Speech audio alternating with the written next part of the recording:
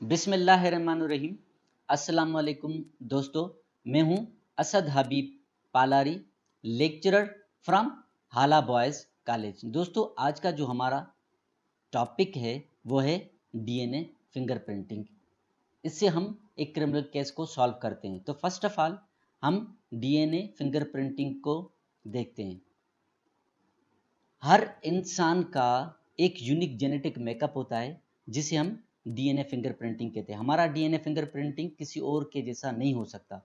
इसे हम DNA profiling भी कहते हैं या डीएनए रिस्ट्रिक्शन एनालिसिस भी कहते हैं। क्रोमोसोम्स क्रोमेटिड्स का बना होता है। क्रोमेटिड्स क्रोमेटिन मटेरियल का, क्रोमेटिन मटेरियल सेलुलर फाइबर का, cellular fibre nucleosome DNA and gene का बना होता है।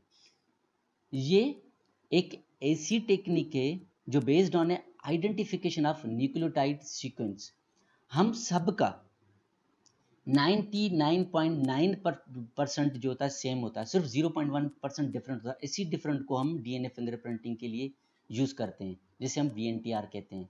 VNTR variable number of tandem repeat, एक ऐसा रिपीट है जो आप में बहुत यूनिक है और किसी में नहीं हो सकता। ये एक सीक्वेंस है जो रिपीट होगा वो 2 to 200 बेस पेयर का। इतने सारे लोग हैं तो वीएनटीआर सेम हो, तो ये एक प्रोबेबिलिटी है कि दो इंसान का वीएनटीआर सेम हो। ये होगा 1 in 300 मिलियन के बाद। वीएनटीआर हमारा एक यूनिक आइडेंटिटी है जिसके दम पे हम डीएनए फिंगरप्रिंटिंग करते हैं। स्टेप्स ऑफ डीएनए फिंगरप्रिंटिंग देखते हैं। फर्स्ट स्टेप है DNA isolation, second DNA amplification, third DNA fragmentation, fourth gel electrophoresis, fifth southern blotting, six hybridization and seven photography and documentation. तो फर्स्ट स्टेप है DNA isolation. तो हम crime spot पे जाएंगे, वहां से कुछ चीजें हम ढूंढेंगे, उससे हम डीएनए को आइसोलेट करेंगे। वो चीजें हेयर भी हो सकता है, नेल भी हो सकता है, टिश्यू भी हो सकता है, सेमन भी हो सकता है, ब्लड भी हो सकता है। लेकिन सैंपल थोड़ा सा है तो डीएनए का अमाउंट भी थोड़ा होगा। तो हम सेकंड स्टेप की तरफ, जो डीएनए आइसोलेट किए वो थोड़ा है, तो यहाँ पे हम उसको एम्पलीफाई करेंगे, means increase the number of DNA, amount of DNA को बढ़ाएंगे हम।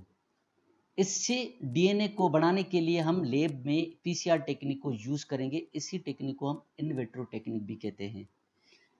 तो हम इस थोड़े से वक्त में बहुत सारी कापीज हमें मिल जाएंगी। ये कापीज हम थर्ड स्टेप में लेकर जाएंगे जिसे कहते हैं डीएनए फ्रेगमेंटेशन। जो भी डीएनए सैंपल हमें मिला उसे हम रिस्ट्रिक्शन एंडोन्यूक्लियस एंजाइम से ट्रीट करेंगे to cut the DNA specific site in the specific length से।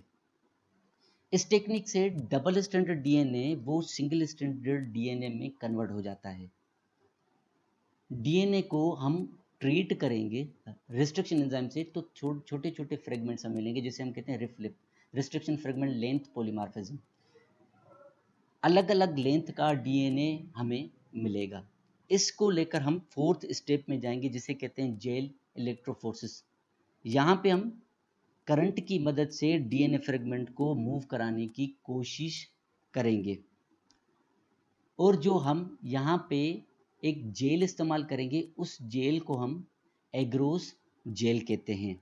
सबसे बड़ी चीज़ कि डीएनए का चार्ज होता है वो नेगेटिव होता है क्योंकि फास्फेट ग्रुप की वजह से। तो डीएनए को हम जेल में रखेंगे नेगेटिव एंड की तरफ ताकि करंट फ्लो हो, negative to positive DNA band separate हो जाए। हम फिफ्थ स्टेप पे चलेंगे जिसे कहते हैं सदर ब्लॉटिंग। जेल जो बहुत ही वीक है उसे हम क्या करते हैं, इम्प्रिंट करते हैं नायलॉन मेम्ब्रेन पे या नाइट्रोसेल्यूलोज पेपर पे। इससे क्या होगा, डीएनए माइग्रेट हो जाएगा सारा पेपर पे। इस दोनों पेपर में डीएनए को रखने की एफिनिटी है। ये सदर ब्लॉटिंग इस बहुत ज़रूरी है डीएनए फ्रेगमेंट्स के लिए। हम सिक्स स्टेप पे जाएंगे जिसे कहते हैं हाइब्रिडाइजेशन। इसमें क्या करेंगे, radio active label probe use करेंगे हम। तो बैंड जो आपको फ्लडेड कर देते हैं तो होगा single DNA, single standard DNA वो सारे डबल स्टैंडर्ड डीएनए में कन्वर्ट हो जाएंगे। यहाँ पे सारे कॉम्प्लीमेंट्री पेयर बना देते हैं। जो एक्सेसिव प्रोब होगा उसको हम क्या करेंगे, वाश्ड आउट कर देंगे। ये एक ऐसी टेक्निक है जो सैंपल को सस्पेक्ट के साथ मैच करेंगे हम, और ये करके हम 7th स्टेप में चले जाएंगे, जिसे हम कहते हैं फोटोग्राफी या डॉक्यूमेंटेशन कहते हैं। नायलॉन मेम्ब्रेन को हम एक्सरे फिल्म पे डेवलप करते हैं, जो एक्सरे हमें मिलेगा उसकी हम डॉक्यूमेंटेशन बताते हैं। दोस्तों आज का टॉपिक हम यही था। थैंक यू, अल्लाह हाफिज़, अल्लाह निगहबान।